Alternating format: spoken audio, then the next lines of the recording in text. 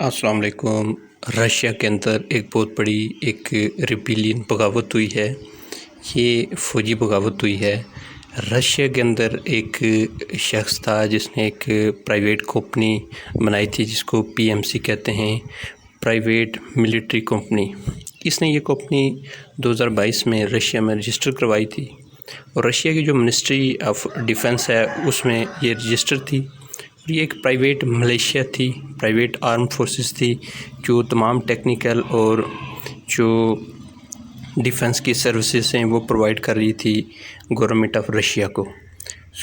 ان کی جو جنگ تھی رشیا اور یوکرائن کی، اسی دوران جو جنگ میں یہ جو ویگنار گروپ تھا، یہ گروپ حکومت رشیا کو تمام قسم کی جو ٹیکنیکل تھی، سیکیورٹی اور ڈیفنس کی جو سروسز تھیں وہ پرووائڈ کرتا تھا۔ اس ویگنار گروپ کا جو ہیڈ تھا وہ پیوٹن کا شیف بھی رہ چکا تھا، اور اس کو تمام جو گورنمنٹ کے انٹرنل جتنے بھی آفیسر تھے اور جو منسٹریز تھی تمام کا علم تھا، اور تمام کے حوالے سے تمام چیزوں کا ادراک تھا۔ جس وقت رشیا اور یوکرین وار تھی اس دوران رشیا کے جو ڈیفنس منسٹری ہے اس کی فائرنگ کی وجہ سے اس کے کچھ ایسے لوگ تھے جنہوں نے اس ویگنار گروپ پہ فائرنگ کی، اور اس کے کافی بندے وہاں پہ مارے گئے تھے۔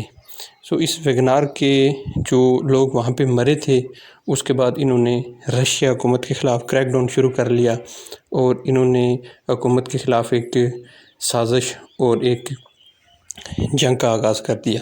6 کلومیٹر دور رشیا سے ایک علاقہ ہے، اس پہ انہوں نے قبضہ کر لیا ہے۔ ابھی پیوٹن جو ہے وہ ماسکو کو چھوڑ چکے ہیں، اور وہ ماسکو سے سینٹ پیٹر برگ کی طرف چلے گئے ہیں۔ انہوں نے طیب اردگان کو بھی کال کی ہے، طیب اردگان نے ان کو پوری سپورٹ کی یقین دہانی کروائی ہے۔ ایسی صورتحال ہے کہ وہاں پہ یہ ایک جو پرائیویٹ ملیشیا تھی جو حکومت کو تمام قسم کی جو دفاعی سروسز دے رہی تھی، وہ اب رشیا کے خلاف لڑنا شروع ہو گئی ہے۔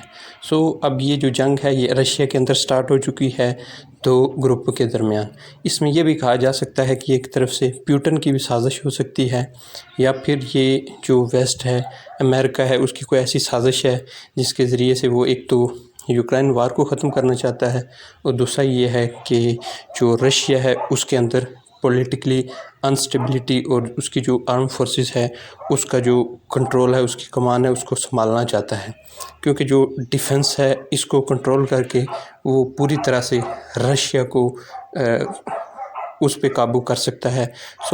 ویسٹرن جو پول ہے اس کی طرف سے بتائی جا رہی ہے کہ یہ ایک ایسی سازش کی جا رہی ہے جس میں ویگنار گروپ کے خلاف، پہلے ہی جو ویسٹرن تھی وہ ویگنار گروپ کے خلاف تھی، اور یہ گروپ سیریا، لبنان، لیبیا میں جو ہے آرم فورسز کی جو سروسز ہیں وہ ان کنٹریز کو پرووائڈ کر چکا ہے، کیونکہ جو کہتے ہیں کہ جو رشیا تھی وہ رشیا کی ڈیفنس منسٹری ایک پرائیویٹ کمپنی بن چکی تھی جس کو یہ کمپنی ڈیل کر رہی تھی، اور یہ تمام قسم کی سروسز جو ہے ان کو پرووائڈ کر رہی تھی۔ اس کے پاس 25,000 ٹروپس تھے، ان کے علاوہ اس کے پاس جتنی بھی جدید جنگی ساز و سامان اور آلات ان کے پاس موجود تھے۔